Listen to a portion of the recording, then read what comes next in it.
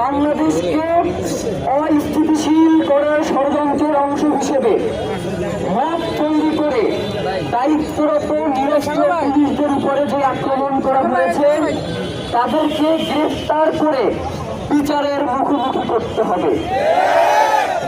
Number 3, অবিলম্বে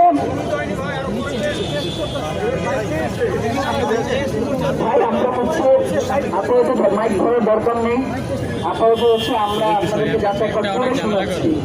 শুরু থেকে পড়েন। নাম্বার আগে আমরা বলেছি ভাই, আপনি একটু পরে চলে আসছেন। আবার বলেন ভাই শুরু থেকে। নাম্বার 3,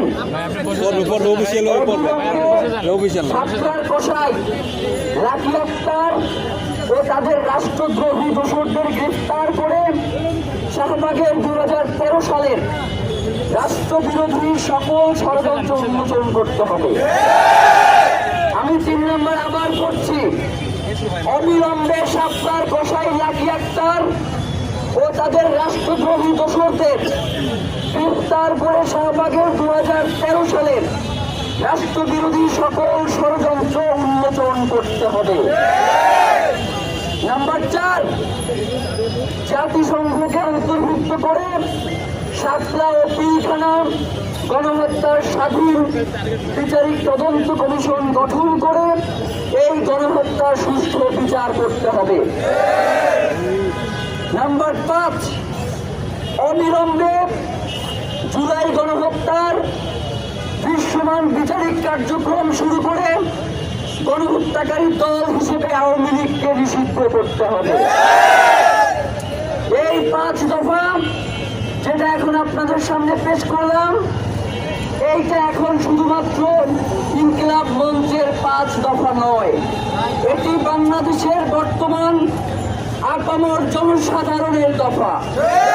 সুতরাং আমরা বলতে চাই, সরকার যত তাড়াতাড়ি এই 5 দফা আমলে নেবে ততই তার জন্য মঙ্গলজনক। যদি এই 5 দফা নিয়ে আপনারা কোনো তালবাহানা করেন কিংবা দুষ্টুমি করেন, যেটা আপনাদের সুশীল উপদেষ্টা মণ্ডলী বলেন, তো এই ধরনের দুষ্টুমিকে কিন্তু আমরা পিটিয়ে সোজা করে দেব।